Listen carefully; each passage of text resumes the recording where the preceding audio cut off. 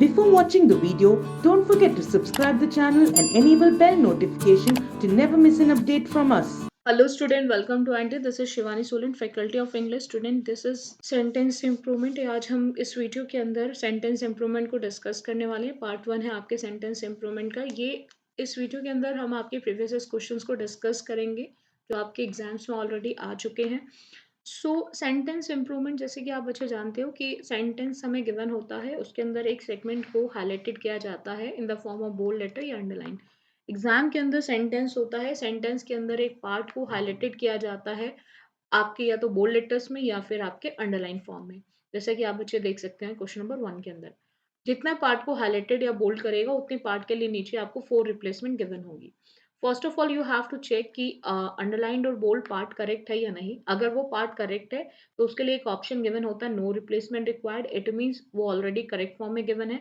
और अगर उसमें कोई भी एरर होती है, any type of error, then आपका जो आंसर ऑप्शन होगा वो आपका सिंपल होगा ए बी सी या फिर डी. जिसमें भी जो भी करेक्ट होगा वही आपका आंसर ऑप्शन बन जाएगा. तो आप जब भी इस तरह के क्वेश्चंस को करेंगे तो आपको सिंपल ध्यान रखना है कि यहाँ पे रीडिंग के बेसिस पे हम आंसर्स को टेक नहीं कर सकते. यहाँ पर हमें ग्रामर आनी जरूरी है, बिकॉज फॉर सेंटेंस इंप्रूवमेंट हमें ग्रामर के रूल्स के बेसिस पे ही ऑप्शंस को एलिमिनेट करना होता है. उसी के बेसिस पे हम उस अंडरलाइन पार्ट को चेक करते हैं कि वो अंडरलाइन पार्ट हमारा करेक्ट है या फिर नहीं है. So let's start this session. India has suffered from terrorism, so has Pakistan, and it turns out now the first world to is not immune. तो यहाँ पर आप बच्चे देख सकते हो कि ये क्वेश्चन आपके आईबीपीएस क्लर्क 2018 में पूछा गया क्वेश्चन है, या आपके आईबीपीएस क्लर्क 2018 में पूछा हुआ क्वेश्चन है. और यहाँ पे मेंशन है कि इट टर्न्स आउट यहाँ पे मेंशन है, यानी कि इसको आपको चेक करना है कि ये करेक्ट है या नहीं. जब भी आप बच्चे आप करें सेंटेंस इंप्रूवमेंट को, तो आप बच्चे हमेशा ध्यान रखें कि आप कोशिश करें एलिमिनेशन मेथड को यूज करने की. ऐसा क्यों होता है, एलिमिनेशन मेथड क्यों यूज करना होता है? क्योंकि ये आपके बेस्ट मेथड होता है ऑप्शंस को एलिमिनेट करके आप इजीली करेक्ट आंसर ऑप्शन को चूज कर सकते हैं. जैसे कि बच्चों आप देख सकते हो, जैसे अभी एलिमिनेशन देखो कैसे लगाते हैं. TURNING जो होती है वो विदाउट हेल्पिंग वर्ब यूज नहीं होती in English grammar. So we can easily eliminate option A, option D, क्योंकि दोनों में विदाउट अ हेल्पिंग वर्ब हमें आईएनजी फॉर्म दी है, तो हम ऑप्शन ए को भी एलिमिनेट कर सकते हैं, ऑप्शन डी को भी एलिमिनेट कर सकते हैं. अब यहाँ पर थर्ड फॉर्म की बात करें, टर्न की सेकेंड और थर्ड फॉर्म टर्न होती है. अब आपको ध्यान रखना है थर्ड फॉर्म भी विदाउट हेल्पिंग वर्ब नहीं आती. जब तक आपको हैज हैव और हैड नहीं मिलेगा, will have, shall have, would have, could have नहीं मिलेगा, तब तक आप हैड थर्ड फॉर्म का यूज ग्रामर में नहीं करेंगे वर्ब के फॉर्म में. तो so we can easily eliminate option D. अब टर्न्स के साथ टू का यूज नहीं होगा, क्योंकि यहाँ पे हम चीजों को क्या कर रहे हैं, आउट करने की बात कर रहे हैं, तो इसलिए हम बी को भी एलिमिनेट कर सकते हैं. So E is the correct answer option. No replacement required because already correct form में दिया हुआ है. ठीक है, according to the question the correct answer option will be no replacement required. Next आते हैं, the advocate declared in the courts that his client has prepared to surrender. ये question भी आपके आईबीपीएस क्लर्क 2018 में पूछा हुआ क्वेश्चन है. अब यहाँ पर आपको सिंपल ध्यान रखना है. देखो, ग्रामर में एक रूल आता है, अगर मैं डिक्लेयर्ड की बात करूं, हम आंसर को केवल हाईलाइटेड पार्ट से ही चेक नहीं कर सकते. उसके लिए थोड़ा सा सेंटेंस को हमें रीड करना पड़ेगा. केवल हाईलाइटेड पार्ट हम डायरेक्टली चेक नहीं कर सकते कि वो करेक्ट है या इनकरेक्ट है. उसके लिए हमें थोड़ा सा सेंटेंस को रीड करना जरूरी होता है. यहाँ पे डिक्लेयर्ड की बच्चों मैं बात करूं तो डिक्लेयर्ड का मतलब है वर्ब की सेकंड फॉर्म. डिक्लेयर्ड मतलब, क्योंकि डिक्लेयर होती है वर्ब की फर्स्ट फॉर्म, डिक्लेयर होती है वर्ब की फर्स्ट फॉर्म, और डिक्लेयर्ड वर्ब की सेकंड और थर्ड फॉर्म दोनों होती है. डिक्लेयर्ड जो होती है वो वर्ब की सेकंड फॉर्म भी होती है और वर्ब की थर्ड फॉर्म भी होती है. तो थर्ड फॉर्म तो विदाउट हेल्पिंग वर्ब नहीं आती, तो डेफिनेटली ये क्या होगा, आपका सेकंड फॉर्म होगा. और सेकंड फॉर्म बच्चों ग्रामर में यूज होती है पास्ट टेंस में. सेकंड फॉर्म का यूज करते हैं हम ग्रामर में, वो पास्ट टेंस के अंदर करते हैं. तो अब देखो यहाँ पे रूल क्या आता है ग्रामर के अंदर, सीक्वेंस ऑफ टेंस। कहा जाता है कि अगर सेंटेंस का फ्लो आपके प्रेजेंट में होगा तो आप उसको प्रेजेंट में यूज करेंगे, पास्ट में होगा तो पास्ट में। तो डिक्लेयर्ड अगर एडवोकेट ने कोर्ट में पास्ट में किया होगा तो उसने सरेंडर भी तो पास्ट में ही किया होगा। जो कि हैज जो है बच्चों, हैज किस में बताता है, हैज आपके प्रेजेंट परफेक्ट को बताता है। हैज किसको बताता है, प्रेजेंट। अब परफेक्ट हो, इंडेफिनिट हो या कॉन्टिन्यूस हो, है तो आपके प्रेजेंट का ना। तो ऐसे कभी नहीं होता कि डिक्लेयर तो पास्ट में हुआ और प्रिपेयर्ड वो प्रेजेंट में हो रहा है। तो इसीलिए इसको बोलते हैं sequence of tense error. Sequence of tense error का मतलब होता है कि आपको सीक्वेंस को चेक करना है। कैसे चेक करेंगे कि अगर आपको फर्स्ट क्लॉज प्रेजेंट में दिया है तो आप उसको प्रेजेंट में रखेंगे, और अगर फर्स्ट क्लॉज ही आपको पास्ट में दिया है तो आप उसको पास्ट में करेंगे। Is it clear? तो यहाँ पर हैज जो होता है बच्चों वो आपके प्रेजेंट को बताता है। तो no correction required we can easily eliminate. No correction required को हम इजिली एलिमिनेट कर सकते हैं। अब यहाँ पर हैज बीन प्रिपेयरिंग, ये भी प्रेजेंट को बता रहा है बिकॉज हैज आ रहा है, और ये भी प्रेजेंट को बता रहा है, हैज आ रहा है। तो we can easily eliminate option B and D. हम इजिली ऑप्शंस को एलिमिनेट कर सकते हैं। हमने ई को कर दिया क्योंकि हैज नहीं आएगा, प्रेजेंट को बताता है। हम डी और बी को भी इसलिए कर रहे हैं क्योंकि हैज आ रहा है, और अगेन हैज मतलब प्रेजेंट हो गया। ठीक है। अब बस से टू ऑप्शंस आर लेफ्ट, एक तो ऑप्शन ए और एक ऑप्शन सी। अब प्रिपेयर्ड टू होगा या प्रिपेयर्ड एट होगा, ये डिसाइड करेगा आपका प्रिपेयर्ड के साथ यूज होने वाला प्रिपोजिशन टू। तो जब टू दिया है तो हम एट का यूज नहीं करेंगे। तो यहाँ पर इसलिए जो करेक्ट आंसर ऑप्शन होगा वो हमारा ए हो जाएगा। A will be the correct answer option. was prepared to was prepared to will be the correct answer option. Is it clear? Now move on the next question. Any step that the prime minister takes to remove violence in the country will be appreciated. कि कोई भी step prime minister लेता है remove करने के लिए violence को country के अंदर, उसको अप्रिशिएट। अब अप्रिशिएट प्राइम मिनिस्टर तो करेगा नहीं, अप्रिशिएट जो है वो प्राइम मिनिस्टर तो करेगा नहीं। अब आपको ध्यान रखना है कि कौन करेगा। देखो सबसे पहला पॉइंट होता है, एक होता है एक्टिव और एक होता है बच्चों पैसिव। एक्टिव का मतलब होता है जब परफॉर्मर से सेंटेंस की स्टार्टिंग हो, और पैसिव का मतलब होता है जब सेंटेंस की स्टार्टिंग परफॉर्मर से नहीं होती तो उसको पैसिव वॉइस बोलते हैं। अगर सेंटेंस की स्टार्टिंग परफॉर्मर से है तो एक्टिव, और सेंटेंस की स्टार्टिंग परफॉर्मर से नहीं है तो पैसिव। अब आपको सिंपल पॉइंट को क्या ध्यान रखना है बच्चों, कि यहाँ पर अगर प्राइम मिनिस्टर आपके स्टेप लेता है रिमूव करने के लिए वायलेंस को कंट्री के अंदर, तो फिर उसको अप्रिशिएट तो कोई और करेगा। जब कोई और करेगा तो वो बन जाएगा आपका पैसिव। और पैसिव के अंदर आपको ध्यान रखना है कि पैसिव के अंदर आप बच्चे हमेशा ध्यान रखेंगे, आप यूज करते हैं वर्ब की थर्ड फॉर्म। आप यूज करते हैं वर्ब की थर्ड फॉर्म। तो यहाँ पे विल बी अप्रिशिएट की जगह क्या आएगा, will be appreciated. will be appreciated. So we can easily eliminate option A, option B and option C and even option E. तो एक ही ऑप्शन बचता है, that is will be appreciated will be the correct answer option. Will be appreciated जो होगा वो हमारा correct answer option हो जाएगा।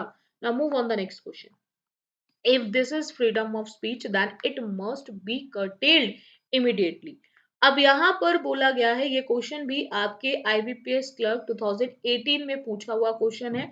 उसने बोला है कि if this is freedom of speech then it must be been curtailed। तो अब आपको ध्यान रखना है कि बच्चों मस्ट जो होती है एक मॉडल वर्ब होती है, मोडाल्स जिसको बोला जाता है। और मस्ट हो, कुड हो, कैन हो, शुड हो, वुड हो, these are modals and after modals we use only verb की first form। हम after modals verb की first form का use करते हैं। और modals कभी भी been को लेकर नहीं आते विदाउट have। अगर have आ रहा है तो been आ जाएगा, अदरवाइज कभी भी modals के साथ been वर्ड का यूज नहीं किया जाता है। केवल been कब आता है, जब have होगा। अदरवाइज हम आफ्टर modals been वर्ड का यूज नहीं करेंगे। जैसे could have been, should have been, might have been, ठीक है, कुड हैव बीन, कैन। तो यहाँ पर आपको ध्यान रखना है कि जब भी हम मोडाल्स की बात करेंगे बच्चों, तो मोडाल्स के साथ हम लोग बीन वर्ड का यूज विदाउट हैव नहीं करते। तो नो करेक्शन रिक्वायर्ड एलिमिनेट हो गया क्योंकि यहाँ पे करेक्शन होगी। हैव बीन कर्टेल्ड नहीं होगा, मस्ट है ये। ठीक है। अब यहाँ पर पॉइंट क्या आता है कि मस्ट हैव बीन कर्टेल्ड होगा या नहीं। तो हैव बीन यहाँ की, क्योंकि यहाँ पे हम प्रेजेंट की बात कर रहे हैं और परफेक्ट टेंस की बात नहीं कर रहे हैं, तो अगर परफेक्ट ही नहीं होगा, अगर परफेक्ट ही नहीं होगा तो परफेक्ट का यूज, क्योंकि बच्चों अगर हम मोडाल्स के बाद हैव का यूज करते हैं तो कहीं ना कहीं परफेक्ट फॉर्म को बताता है। परफेक्ट का मतलब होता है कंप्लीटेड फॉर्म। तो यहाँ पर परफेक्ट फॉर्म का यूज नहीं कर सकते हम। एंड हैव बीन कर्टेलिंग भी नहीं होगा, क्योंकि यहाँ पे बीइंग का यूज नहीं होता आफ्टर हैव। तो we can easily eliminate, so only one option is left, केवल एक ही ऑप्शन बचा, वो है आपका मस्ट बी कर्टेल्ड। तो must be curtailed will be the correct answer option. तो इसीलिए जो करेक्ट आंसर ऑप्शन होगा वो मस्ट बी कर्टेल्ड हो जाएगा। तो must B curtailed will be the correct answer option. ठीक है, तो मस्ट बी curtailed जो होगा वो करेक्ट आंसर ऑप्शन बन जाएगा। Is it clear to all of you? Now move on the next question. When the police started asking questions the suspect clammed up. Clam up का मतलब होता है कि to refuse to speak, to refuse to speak, बोलने से मना करना, to refuse to speak. तो जैसे ही पुलिस ने पूछना शुरू करा तो सस्पेक्ट ने क्या कर दिया, रिफ्यूज टू स्पीक। तो यहाँ पे calmed down, clammed up, single M का यूज, या क्लैम आउट या क्लैम्ड ऑफ। तो आपको ध्यान रखना है ये आपकी ऑलरेडी करेक्ट फ्रेज गिवन है, ये ऑलरेडी करेक्ट फ्रेज गिवन है।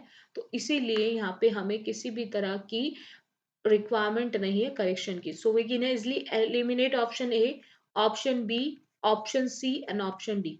हम इजिली एलिमिनेट कर सकते हैं ऑप्शन ए को भी, बी को भी, सी को भी, डी को भी। सो जो करेक्ट आंसर ऑप्शन है वो हमारा ई हो जाएगा, नो करेक्शन रिक्वायर्ड। इसमें किसी भी तरह की करेक्शन की जरूरत नहीं है।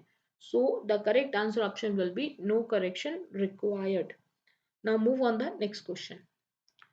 अगेन डायरेक्शन गिवन है, आपको हाईलाइटेड किया गया होगा एक सेगमेंट को, आपको उसको चेक करना है बोल्ड लेटर्स के अंदर।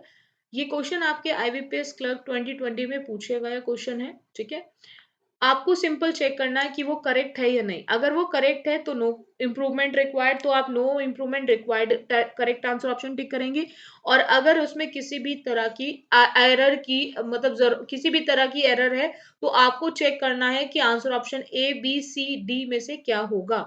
यानी कि अगर हम बात करें, everything is funny as long as it is happening to somebody else. अब यहाँ पे it is happening T-O-O-2 correct है या नहीं है, इसको आप बच्चे चेक करेंगे। तो आपको ध्यान रखना है ये जो T-O-O-2 होता है बच्चों, ये एडवर्ब होता है, एडवर्ब ऑफ डिग्री। ठीक है, ये क्या होता है, एडवर्ब ऑफ डिग्री होता है। और हमेशा ध्यान रखेंगे आप बच्चे कि यहाँ पर हैपनिंग की बात करें तो इसके साथ एडवर्ब का यूज नहीं होगा। यहाँ पे किसका यूज होगा, प्रीपोजिशन का। प्रीपोजिशन कौन से वाला आएगा, T-O-2 आएगा। कौन से वाला आएगा, ट्रू। प्रीपोजिशन टू आता है, क्योंकि T-O-O-2 मतलब होता है जब हम एक्सेसिव की बात करते हैं, एक्सेसिव की बात करेंगे। और T-O-2 का यूज होता है टुवर्ड्स, अंटिल। तो यहाँ पर somebody की बात कर रहे हैं तो somebody के लिए हम लोग यहाँ पे T-O-2 का यूज करेंगे। तो where is happening to is given in options, कहाँ पर हमें हैपनिंग टू दिया हुआ है ऑप्शन के अंदर, तो हम उसको चेक करेंगे। तो हम देख सकते हैं ये हमें केवल ऑप्शन बी के अंदर दिया हुआ है, तो उसी के अकॉर्डिंग हमारा जो करेक्ट आंसर ऑप्शन हो जाएगा वो बी हो जाएगा। करेक्ट आंसर ऑप्शन बी हो जाएगा। तो everything is funny as long as it is happening to somebody else will be the correct answer option. Now move on the next question. They recommend this book even though they himself had never read it. ये आपके IBPS clerk 2020 में ही पूछा गया question है। आपको check करना है कि they himself had never read it correct है या नहीं, यानी कि दे हिमसेल्फ हैड करेक्ट है या फिर नहीं है। आप चेक करेंगे इस पॉइंट को। आपको देखो सिंपल सा ध्यान रखना है बच्चों कि दे के बाद हिमसेल्फ है, ये हिमसेल्फ है क्या। देखो प्रोनाउन के केसेस होते हैं, एक होता है सब्जेक्टिव केस। सब्जेक्टिव का मतलब होता है जो एज अ सब्जेक्ट यूज हो, और एक होता है आपका ऑब्जेक्टिव केस जो एज अ ऑब्जेक्ट यूज होता है। और ऐसे ही एक आता है आपका रिफ्लेक्सिव केस। रिफ्लेक्सिव की बात करें, और एक होते हैं आपके एम्फेटिक प्रोनाउंस। दोनों का देखने में दोनों सेम होते हैं, बस यूज में डिफरेंस आता है। रिफ्लेक्सिव आफ्टर वर्ब आते हैं और एम्फेटिक आफ्टर सब्जेक्ट या फिर एट द एंड आते हैं, ठीक है। जैसे ही का हिम और हिमसेल्फ।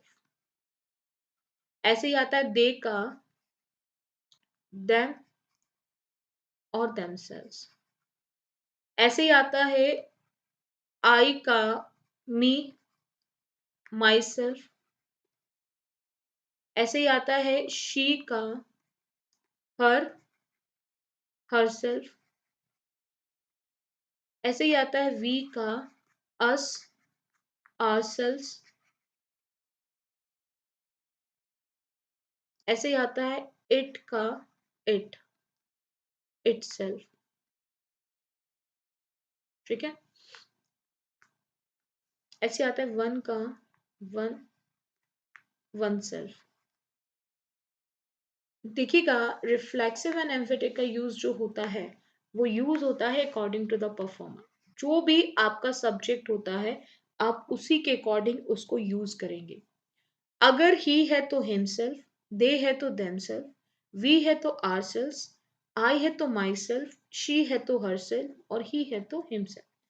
जो भी आपका परफॉर्मर होता है आप उसी के अकॉर्डिंग उसको यूज करते हैं। अब यहाँ पर परफॉर्मर की बात करें बच्चों, तो परफॉर्मर कौन है? दे। तो अगर परफॉर्मर दे है तो आप दे के अकॉर्डिंग ही यूज करेंगे। और हिमसेल्फ कब आता? अगर दे की जगह ही होता तो फिर हिमसेल्फ का यूज करते। तो अब आप देख सकते हो कि यहाँ पर देमसेल्स और देमसेल्फ दिया हुआ है। अब हम इजिली एलिमिनेट कर सकते हैं सी और डी और ई को, क्योंकि करेक्शन रिक्वायर्ड है। क्योंकि ऑलरेडी इनकरेक्ट है तो करेक्शन तो रिक्वायर्ड है, तो ई एलिमिनेट हो जाएगा। अब ऐसे नहीं कि हम परफॉर्मर को चेंज कर देंगे, रिकमेंड उन्होंने करा है तो डेफिनेटली उन्होंने ही नहीं पढ़ा होगा उसको अभी तक।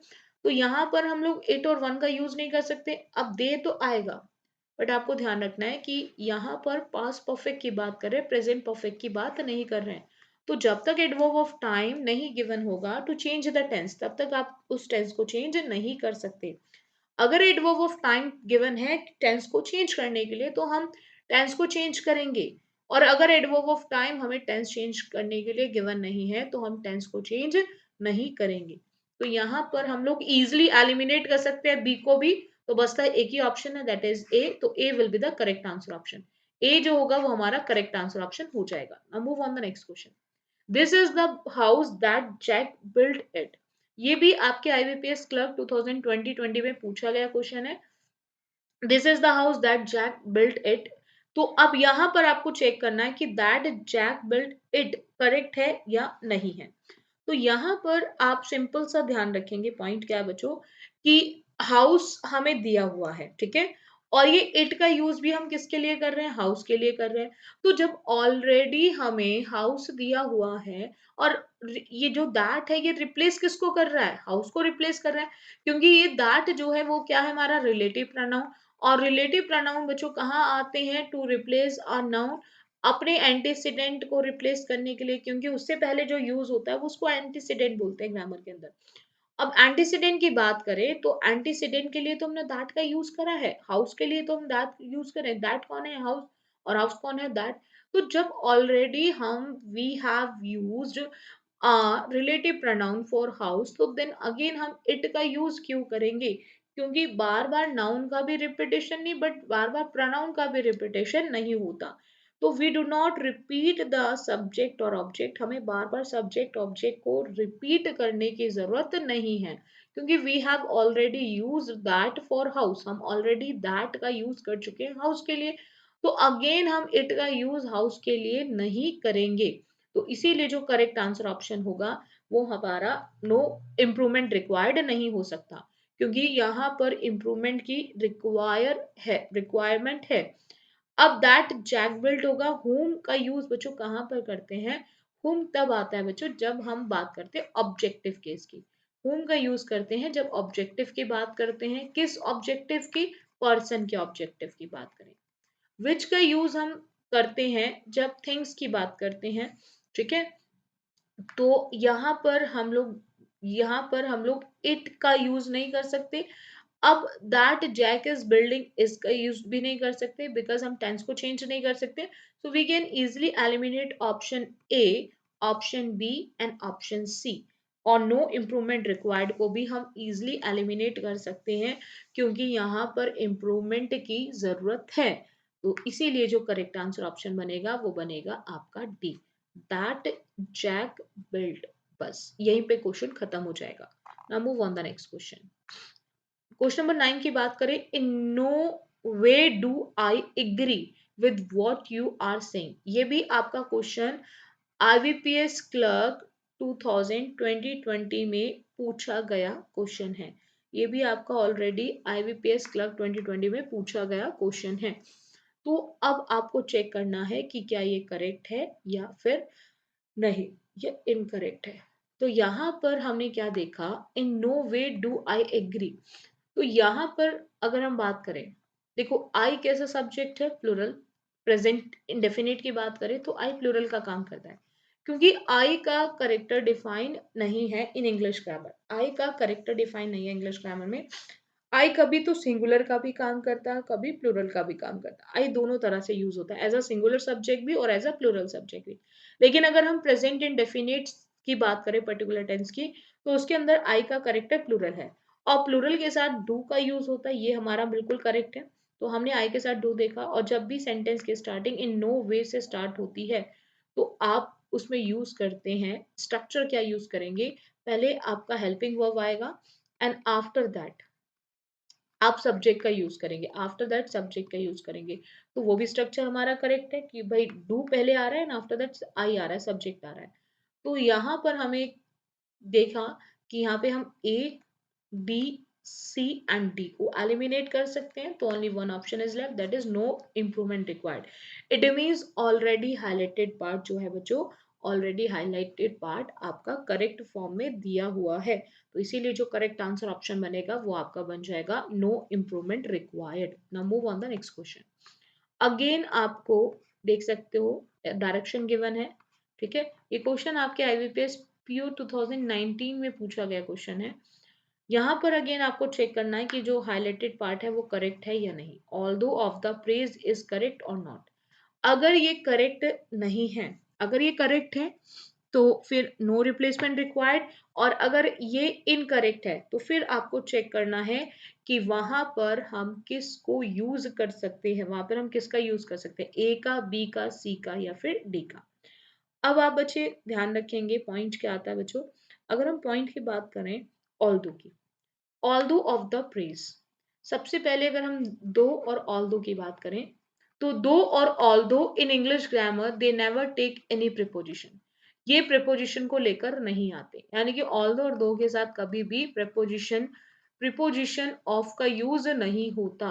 तो यहाँ पर हमें क्लियर हो गया कि करेक्शन है, यानी कि ये करेक्ट नहीं है क्योंकि ऑल्दो कभी भी आपके प्रीपोजिशन को लेकर नहीं आता. So we can easily eliminate option E, no correction required को हम एलिमिनेट कर सकते हैं क्योंकि करेक्शन तो रिक्वायर्ड है इसमें, क्योंकि ऑल्दो के साथ हम लोग कभी भी ऑफ का यूज नहीं करते.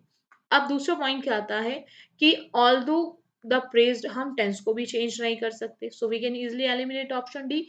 हम क्यों एलिमिनेशन मेथड का यूज करते हैं, देखो बच्चों इससे आपको क्वेश्चन को करना बहुत इजी हो जाता है. ऑप्शंस को एलिमिनेट अब कैसे कर रहे हैं, on the basis of grammar rules. हम लोग ग्रामर रूल्स के बेसिस पे कर रहे हैं. जैसे बच्चों ऑल्दो के साथ ऑफ नहीं आता, ऐसे डिस्पाइट के साथ भी ऑफ का यूज नहीं किया जाता.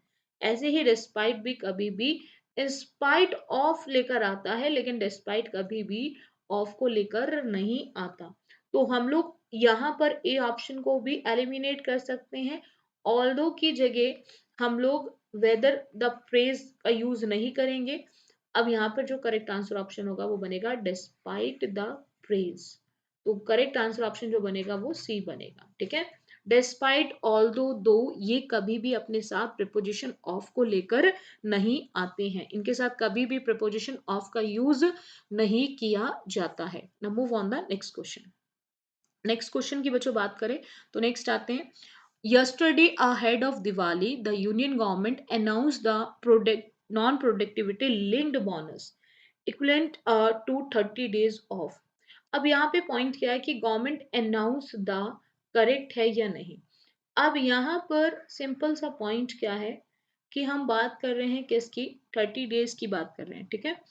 अब यहाँ पे 30 डेज की बात कर रहे हैं, तो यस्टरडे किसको बताता है, ग्रामर में आपको ध्यान रखना है। आप लास्ट दिवाली की बात करें, last Diwali, last Holi, yesterday, last year, 2 years ago, 3 years ago, in my childhood, in my teenage, in my school days, ये सब चीजें आपके पास्ट को बताती हैं। ये सब चीजें किसको बताती हैं, पास्ट को। यानी कि these are adverbs of time, ये एडवर्ब्स ऑफ टाइम है। ये एडवर्ब्स आपके टाइम को बताते हैं, और कैसे टाइम को बताते हैं, ये आपको बताते हैं किस टाइम के बारे में, जो आपका बीता हुआ कल है। और बीते हुए कल को बोलते हैं पास्ट। बीते हुए कल को क्या बोलेंगे, पास्ट। तो जब भी ये आएंगे पास्ट टेंस को बताएंगे, तो पास्ट टेंस में इंडेफिनिट में ग्रामर में सिर्फ एक ही फॉर्म यूज होती है, वो होती है वर्ब की सेकंड फॉर्म। इन पास्ट टेंस के अंदर हम लोग ग्रामर के अंदर एक ही फॉर्म का यूज करते हैं, वो होती है वर्ब की सेकंड फॉर्म। यानी कि पास्ट टेंस के अंदर हम वर्ब की सेकंड फॉर्म का यूज करते हैं। अनाउंस जो है बच्चों, अनाउंस आपकी वर्ब की फर्स्ट फॉर्म है, अनाउंस वर्ब की फर्स्ट फॉर्म है। तो आपको ध्यान रखना है, हम वर्ब की फर्स्ट फॉर्म का यूज प्रेजेंट में करते हैं, पास्ट में यूज नहीं करते। अब यानी कि हमें ये क्लियर हो गया कि यहाँ पे हैव का यूज नहीं हो सकता, क्योंकि हैव जो है वो आपके प्रेजेंट परफेक्ट को बताता है। अब परफेक्ट हो या फिर कॉन्टिन्यूस हो या इंडेफिनिट हो, है तो प्रेजेंट का, तो प्रेजेंट परफेक्ट का यूज हम बिल्कुल भी नहीं करेंगे। अब अनाउंसेस जो होता है, एस और एस कहाँ पे यूज होता है, प्रेजेंट के इंडेफिनिट में बच्चों।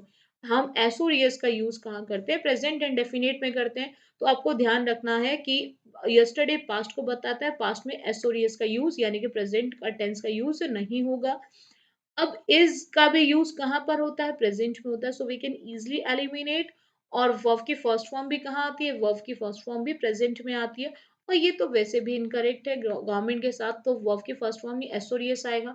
तो यहाँ पर एलिमिनेट कर सकते हैं ऑप्शन ए को, ऑप्शन बी को, ऑप्शन डी को और एन ऑप्शन ई को। अब यहाँ पे हमने कैसे एलिमिनेट करा, ये टेंस के रूल्स के बेसिस पे करा। टेंस के रूल्स के बेसिस पे हमने ऑप्शंस को एलिमिनेट कर दिया। अब केवल एक ही ऑप्शन बचा है, वो है हमारा सी। तो C will be the correct answer option, C जो होगा वो हमारा करेक्ट आंसर ऑप्शन हो जाएगा। Is it clear to all of you कि क्यों हम सी को as a correct answer option tick कर रहे हैं। C is the correct answer option, क्योंकि यस्टरडे आपके पास्ट केस को बताता है, और पास्ट केस में हम लोग हमेशा यूज करते हैं वर्ब की सेकेंड फॉर्म का यूज होता है। जब भी पास्ट टेंस की बात करेंगे तो ग्रामर में से वर्ब की कौन सी फॉर्म आती है बच्चों, वर्ब की सेकेंड फॉर्म आती है। Now move on the next question. The two playwrights worked in close collaborating with each other on the script। ये भी आपका क्वेश्चन IBPS PO 2019 में पूछा गया क्वेश्चन है। ये आपका ऑलरेडी आपके 19 में पूछा गया क्वेश्चन है। तो आपको ध्यान रखना है कि इन क्लोज कोलैबोरेटिंग करेक्ट है या नहीं है।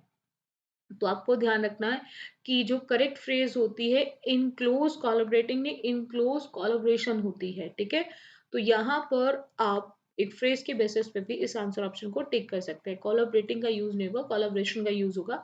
सो A option eliminate, B option eliminate और आपका सी ऑप्शन एलिमिनेट, और नो करेक्शन और नो रिप्लेसमेंट रिक्वायर्ड, ये भी आपका एलिमिनेट हो जाएगा। तो केवल एक ही ऑप्शन बचता है, दैट इज डी। तो D will be the correct answer option. तो डी जो होगा वो हमारा करेक्ट आंसर ऑप्शन बन जाएगा। Now move on the next question. If UK will agree to the provisions on e-commerce, it will mean it would not be allowed to impose data privatization rules on industries looking to do business in UK। ये question आपके IBPS PO 2019 में पूछा हुआ question है। ये आपका IBPS PO 2019 में पूछा है। तो यहाँ पर आपको चेक करना है will agree to the correct है या फिर नहीं है। अब इसके लिए केवल हम विल एग्री टू द से हम ऑप्शन को डिसाइड नहीं कर सकते। देखो बच्चों, यहाँ पे आप देख सकते हो सेकंड में भी विल मीन आ रहा है। विल और विल ये दोनों आपके किस टेंस को बताते हैं, फ्यूचर को। आपको ध्यान रखना है कि कभी भी हम एक साथ दो क्लॉजेस को फ्यूचर टेंस में यूज नहीं कर सकते। अब पॉइंट क्या आता है कि फ्यूचर में कौन सा रहेगा कौन सा नहीं रहेगा, तो ये डिसाइड जो करता है ये आपका एक कंडीशनल क्लॉज करता है। जिस क्लॉज में भी आपको कंडीशनल वर्ड दिया हो वो हमेशा इफ हो ऐसा जरूरी नहीं है, सपोज भी हो सकता है, इन केस भी हो सकता है, अनलेस भी हो सकता है, अनटिल भी हो सकता है, प्रोवाइडेड भी हो सकता है। तो दीज आर कंडीशनल वर्ड। तो जहां पे भी आपको कंडीशनल वर्ड दिया होगा वो आपका कंडीशनल क्लॉज होगा। तो जहां पे भी आपको कंडीशनल वर्ड दिया होगा वो आपका कंडीशनल क्लॉज होगा। और आप बच्चे हमेशा ध्यान रखेंगे कि कंडीशनल क्लॉज को कभी भी हम फ्यूचर टेंस में यूज नहीं करते हैं। तो अगर दूसरा जो क्लॉज होता है वो आपका मेन क्लॉज होता है, कंडीशनल का नेक्स्ट क्लॉज जो होता है वो आपका मेन क्लॉज होता है। तो अगर आपका मेन क्लॉज फ्यूचर में है तो कंडीशनल क्लॉज को, अगर मेन क्लॉज आपका फ्यूचर टेंस में दिया हुआ है तो आप ध्यान रखेंगे हम उस केस में कंडीशनल क्लॉज में कभी भी फ्यूचर टेंस का यूज नहीं करेंगे। उस केस में हम लोग प्रेजेंट टेंस का यूज करते हैं, उस केस में हम लोग यूज करते हैं प्रेजेंट टेंस का। ठीक है। तो अब प्रेजेंट टेंस के अकॉर्डिंग हम लोग दो ऑप्शंस को एलिमिनेट कर सकते हैं, option C and option D. Because shall भी आपके फ्यूचर को बताता है बच्चों और विल भी आपके फ्यूचर को बताता है। ये दोनों ही आपके कौन से टेंस को बताते हैं, फ्यूचर टेंस को बताते हैं। So we can easily eliminate option C and D. हम इजिली ऑप्शंस को एलिमिनेट कर सकते हैं, सी को भी और डी को भी। क्यों? क्योंकि दोनों ही फ्यूचर को ही बता रहे हैं, शेल भी और विल भी। अब देखो यहां पर हम ई को भी एलिमिनेट कर सकते हैं क्योंकि ई भी तो वही है ना, विल एग्री मतलब फ्यूचर। तो रिप्लेसमेंट तो रिक्वायर्ड है, नो रिप्लेसमेंट रिक्वायर्ड है, तो करेक्ट आंसर ऑप्शन नहीं होगा। Now two options are left, अब दो options बचे, option A and B. Now we have to decide between two options which one will be the correct answer option. इन दोनों options में से कौन सा सही आंसर ऑप्शन होगा। तो प्रेजेंट टेंस के अंदर आपको बच्चों दो पॉइंट्स को हमेशा ध्यान रखना है। प्रेजेंट इंडेफिनिट के अंदर सबसे पहला पॉइंट क्या आता है कि अगर आपको सब्जेक्ट सिंगुलर मिलता है, अगर आपको सब्जेक्ट सिंगुलर मिलता है तो आप बच्चे हमेशा ध्यान रखेंगे तो वर्ब भी सिंगुलर बनती है। In present tense verb singular बनती है जब हम किसी वर्ब की फर्स्ट फॉर्म में लगाते हैं एस और ईएस। अगर हम वर्ब की फर्स्ट फॉर्म में एस और ईएस का यूज करते हैं तो वो आपके वर्ब को सिंगुलर बनाता है। और अगर सब्जेक्ट हमें प्लूरल फॉर्म में गिवन है तो वर्ब की लगती है फर्स्ट फॉर्म, यानी कि प्लूरल सब्जेक्ट्स के लिए वर्ब की फर्स्ट फॉर्म और सिंगुलर सब्जेक्ट्स के लिए लगाते हैं वर्ब की फर्स्ट फॉर्म में एस और ईएस। तो यूके अगर कि यूके की अगर हम बच्चों बात करें, UK is a singular subject. UK हमारा कैसा सब्जेक्ट है? सिंगुलर सब्जेक्ट है। जब सब्जेक्ट सिंगुलर होगा तो वर्ब भी सिंगुलर होगी। वर्ब सिंगुलर कैसे बनेगी? वर्ब में लगेगा एस और ईएस।